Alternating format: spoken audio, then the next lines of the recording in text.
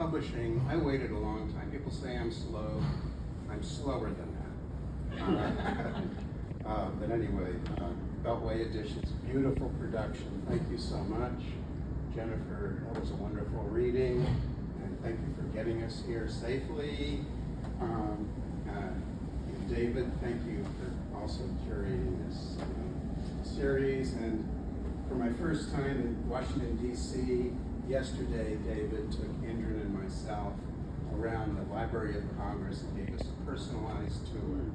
We ended up in the Hispanic reading room where I got to hold up one of the iconic photos of Pablo Neruda, who I spent cumulatively probably 30 years translating. Something like that, not consecutively every day.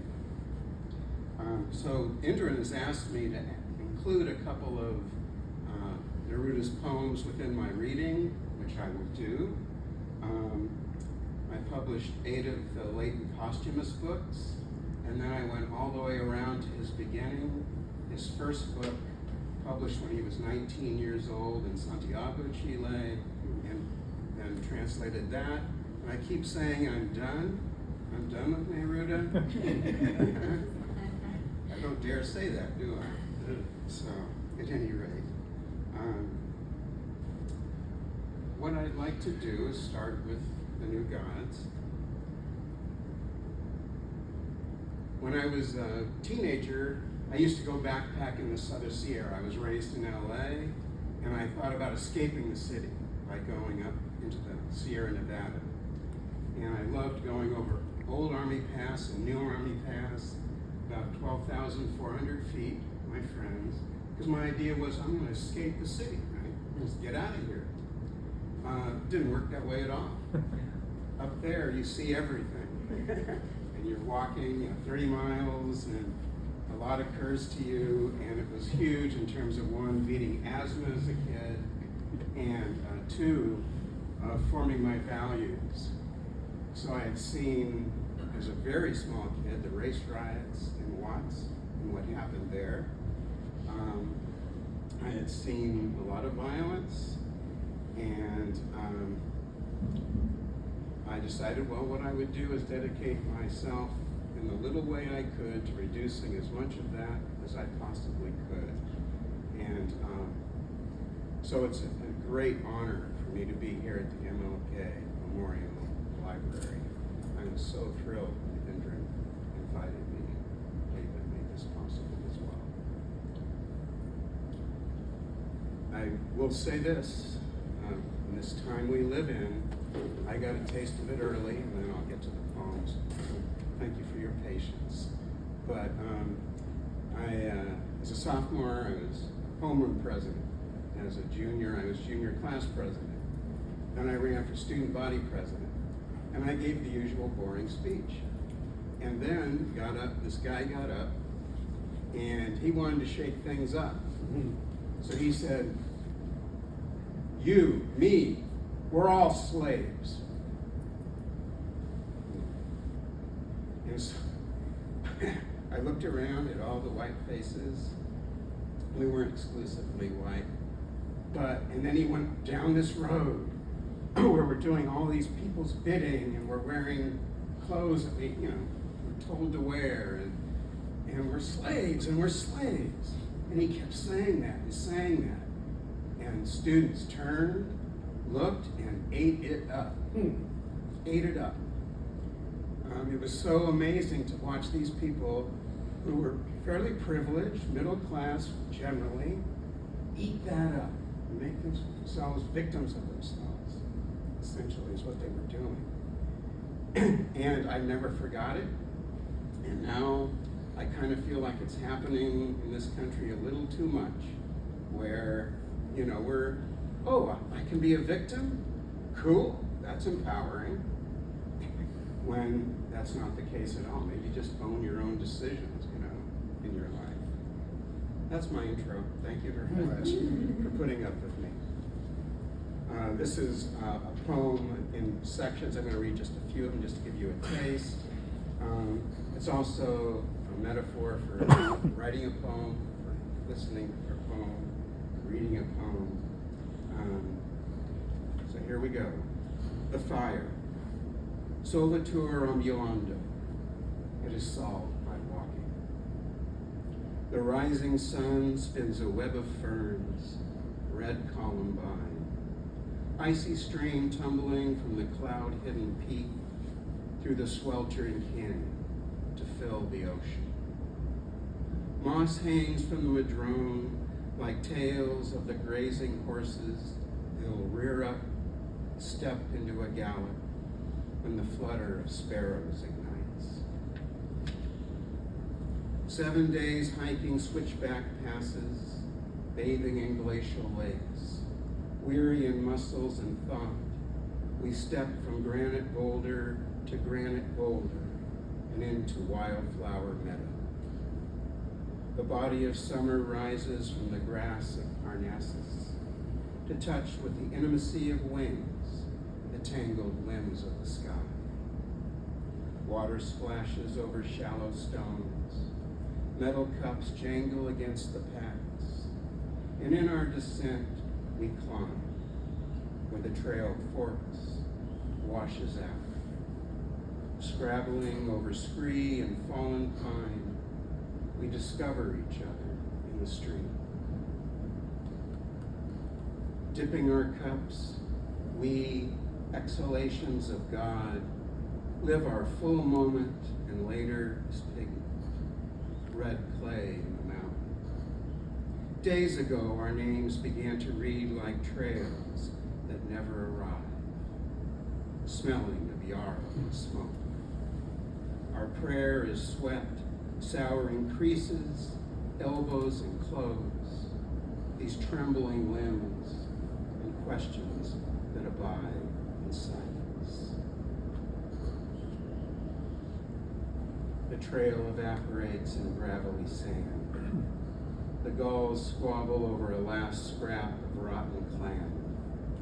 We pass into the highway among stranded pools. Slip the packs from our backs, untie our boots. When the dying wave soothes our aching feet, excesses of light recede. In your hand, the knife joins dried fish and bread and wild onion. We are born, the seed splits. Our blood salts its praise for what we make possible tonight.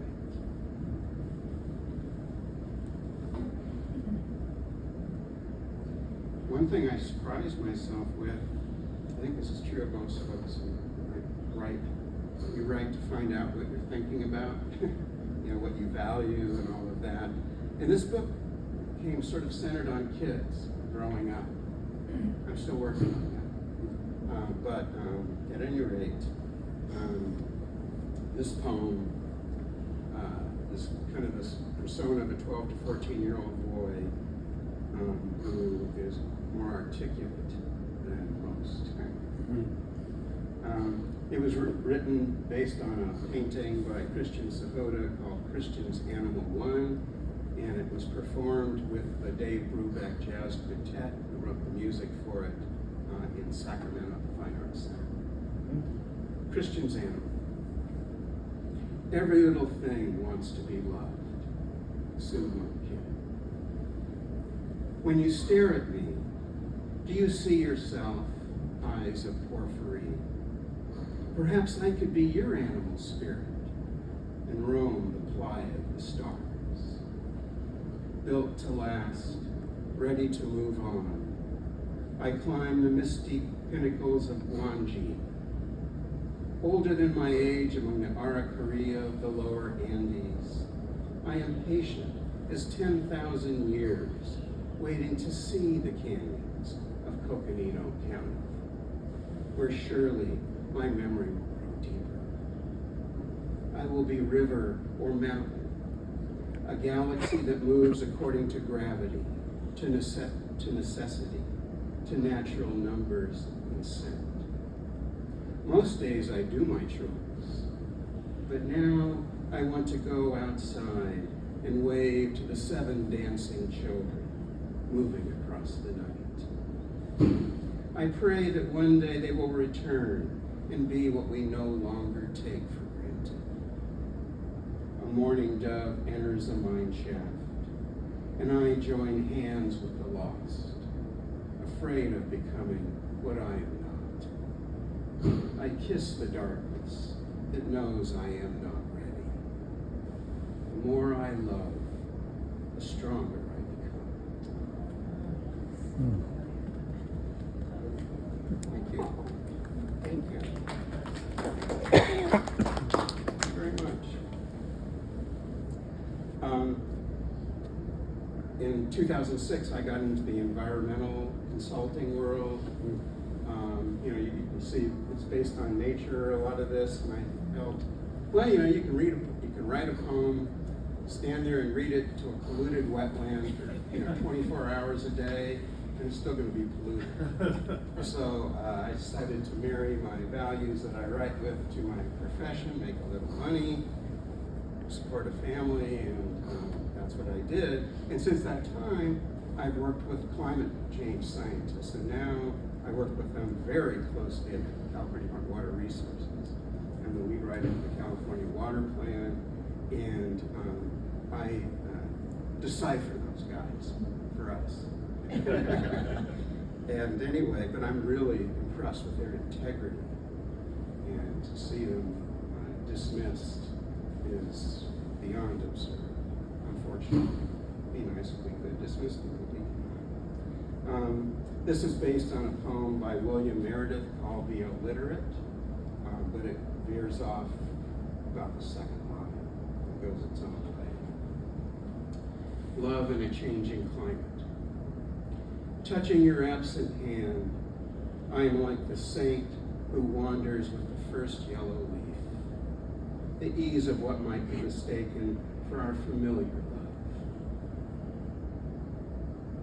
It is never easy to sustain in the eyes what changes inside, to feel the fear, the abandonment, and shame. Listen, the wind is scattering our names. We are the question the stone in the river asks. Had I been with you when you died, I'd know him who knows how to shepherd the dying home.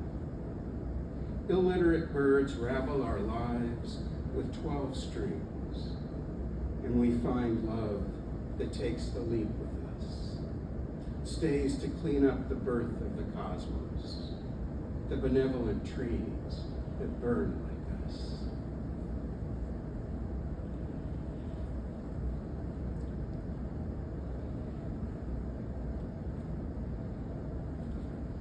Do a little Neruda. If you know Neruda, you know he was a great love poet. Again, this is his first book, Crepusculario. I translated it, the book of Twilight. This is a poem called Farewell. Again, this was published when he was 19 years old. Some of the poems in this book were written when he was 16. It's just not fair to be that talented. Farewell. From the depth of you and kneeling, a sad boy like me watches us. For that life that will burn in his veins, our lives would have to bind together. For those hands, daughters of your hands, these hands of mine would have to kill. Through his eyes open on the earth, I someday will see in your eyes tears. That, my beloved, I don't want. So that nothing binds us, nothing brings us together. Not the word that scented your mouth, nor what the words did not say. Not the feast of love we did not share, nor what the word, or your sobbing by the window. I love the love of the sailors who kiss and leave. They leave a promise, they never return. In every port a woman waits, the sailors kiss and go away. A night lies down with death in the bed of the sea. I love the love that spreads in kisses, bed, and bread. Love that can be eternal and can be fleeting. love that wants to be free to love again, godly love that approaches, godly love that leaves. No longer will my eyes savor your eyes. No longer will my pain grow sweeter beside you. But wherever I go, I will take your gaze. Wherever you walk, you will take my pain. I was yours, you were mine. What more? Together we took a bend in the road where the love happened. I was yours, you were mine. You'll be of him who loves you, who cuts in your garden what I have sown. I leave, I am sad, but I am always sad. I come from your arms. I don't know where I go. From your heart, a boy says goodbye to me, and I say goodbye to you. One of my sixth book I published of Neruda's was called Book of Questions.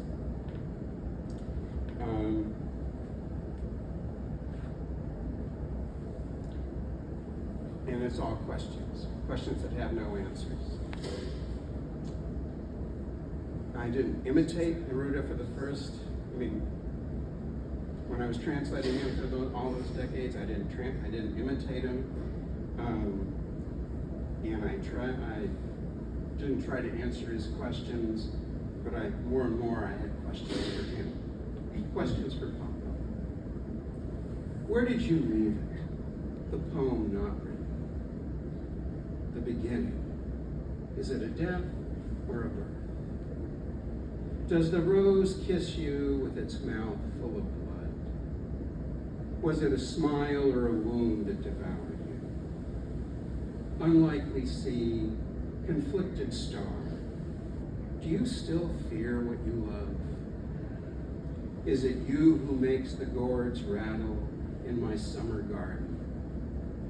You who hammers the distance into shapes?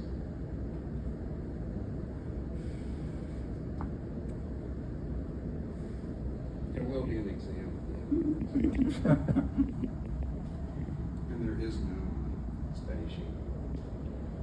This is a poem called Tonight.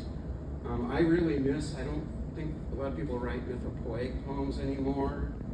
I miss them very much. So I wrote a couple of companion poems. This is the second one. This was written to a painting by Linda Heath Clark called Twilight Nebula. And the music for it was written by the Ryan Clark Quartet and performed with them in live performance with the Soulful Quartet. Tonight. Staring up through the roots of the sky, I see all things arrive from above and below, each born to the other and free of their bodies. The light of yellow leaves, the nebula of the inner eye. Tonight I come from water and salt, from what binds us together and what pulls us apart, to offer my empty hands, my solitude and its wings, the touch, our cyclic motion, the indelible beauty of a dying star. Tonight, lost to truth, not able to know or name it, I hold close the silence at the core, the imploding points of light that brighten our eyes, turn our suffering into spirit, our fear into water, grief into air, confusion into earth, ignorance into fire. Tonight the chords arrive from the darkness between stars and the pulsing light of an inconceivable harmony spins a requiem for our lips, for the cadence of our tears. The cosmos, the scheme of things in which every leaf is a watershed. Tonight I settle in the radiant dust of memory, the slender breath of bodies entwined in bel canto for an eon or an hour. When sudden lunacy blooms in laughter, in that gravity, in the electrolysis of love, the streaming seed stalk of the visible. Tonight I once more climb the ladder of heaven with my flesh in my robe, taste what it is to possess nothing, and owe everything to the tides and the stars. The voice clear as the voice of the morning dove.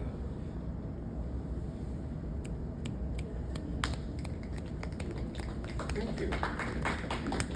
Thank you very much. In Franconia Gorge, is this ever-descending water human tears? Do they mean nothing?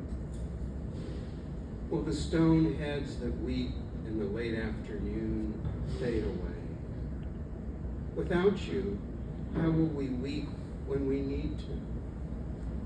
How will the earth smell after the last drops of rain?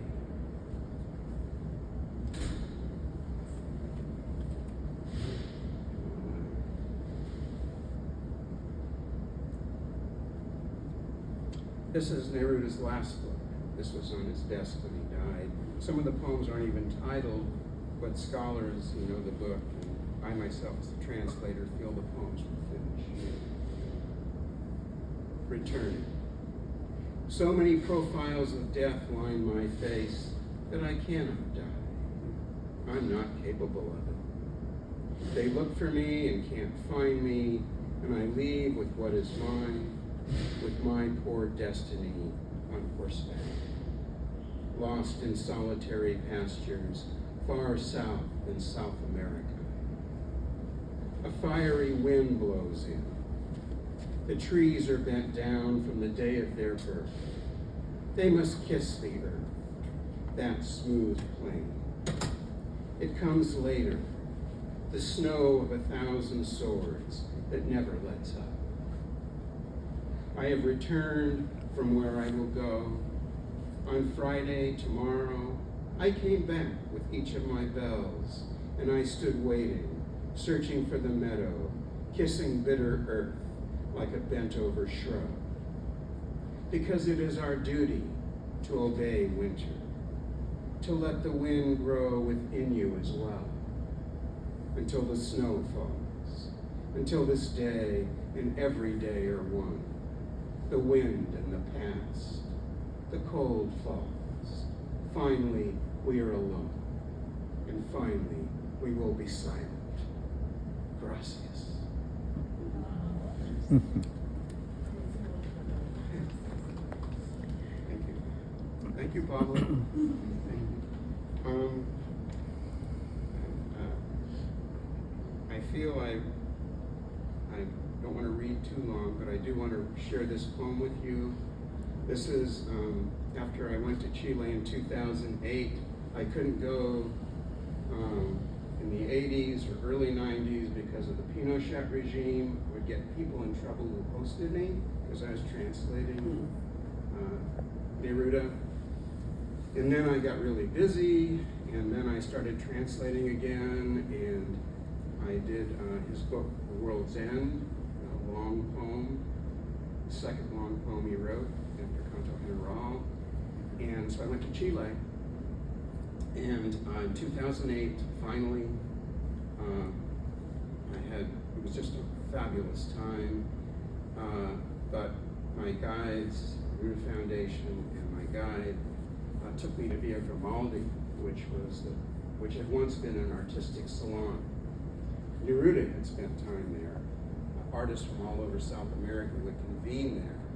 And Pinochet, Augusto Pinochet, just hated that. So what he did, when he, after the coup in 73, after Neruda was poisoned, as has been confirmed, he turned it into his main torture camp. So they took me there. And they took me to places in the camp where they don't take the public. It was horrific. It was.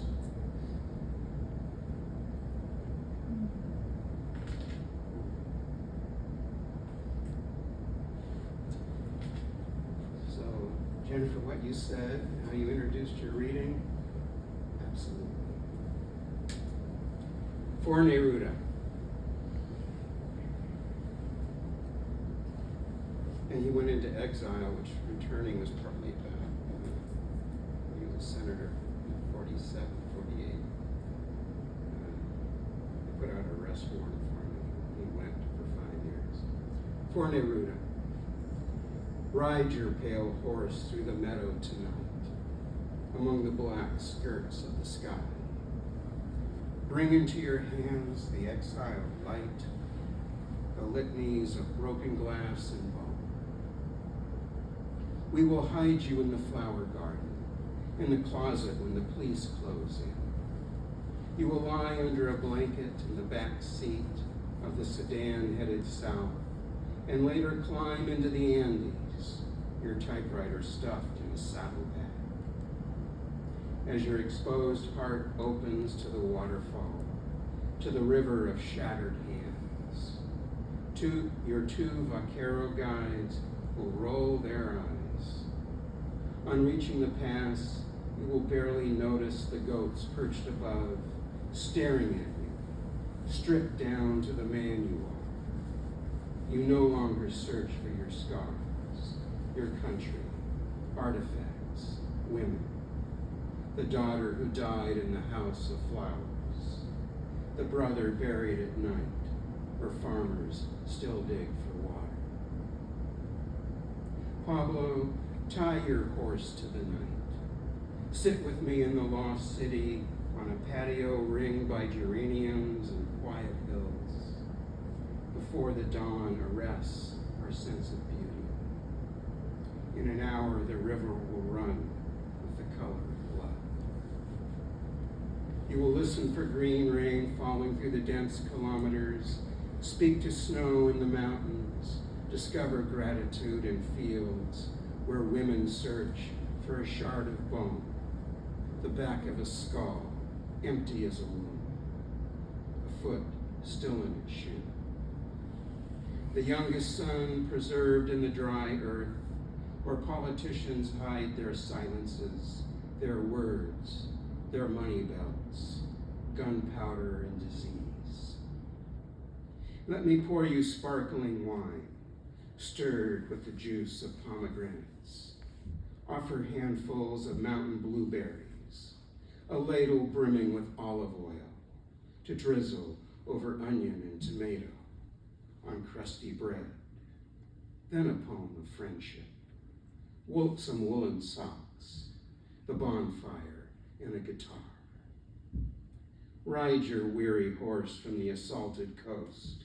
Rest on beds of Mexican salvia, African daisies, delphiniums, where the Greek gods wrote love letters to the creatures who save us from ourselves.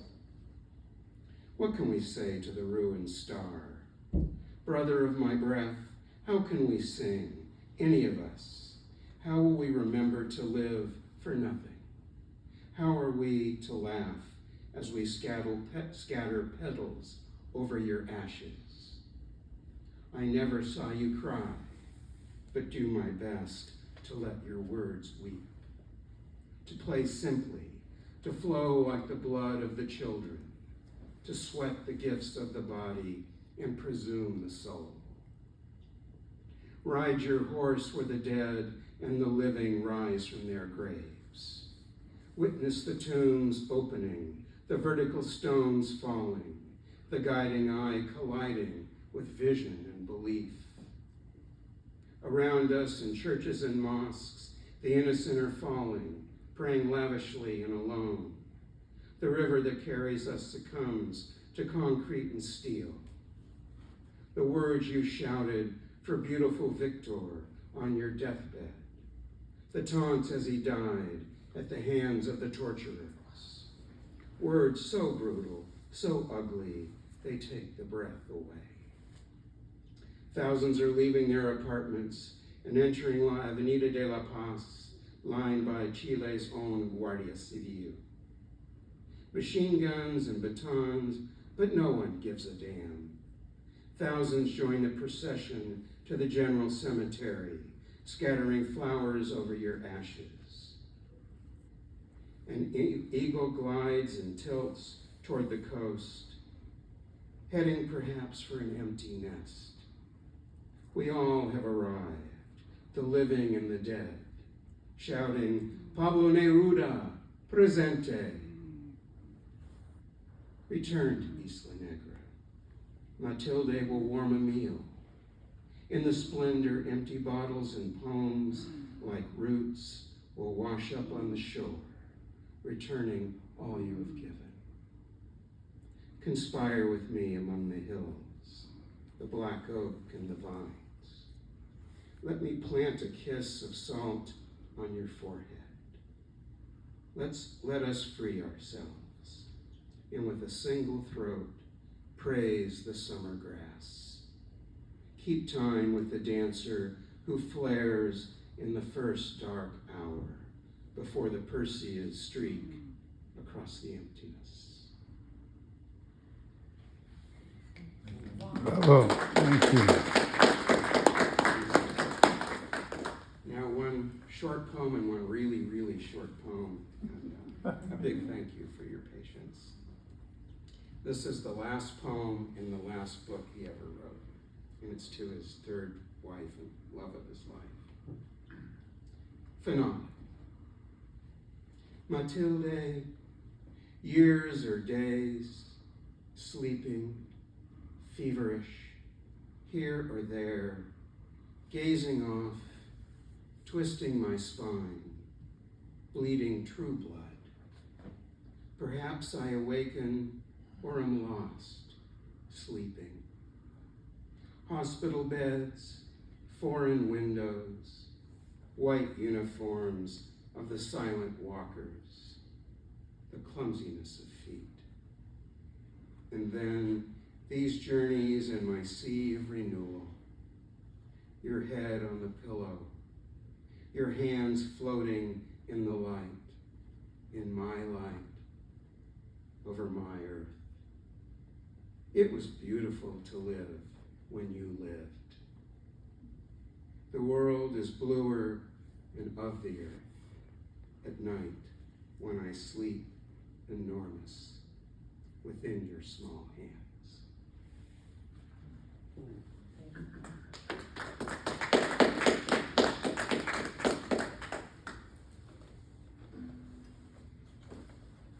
Solace. The rising moon holds the light of a wind-blown star. I spit out the bone. All that remains is the sacred. Thank you. Thank you.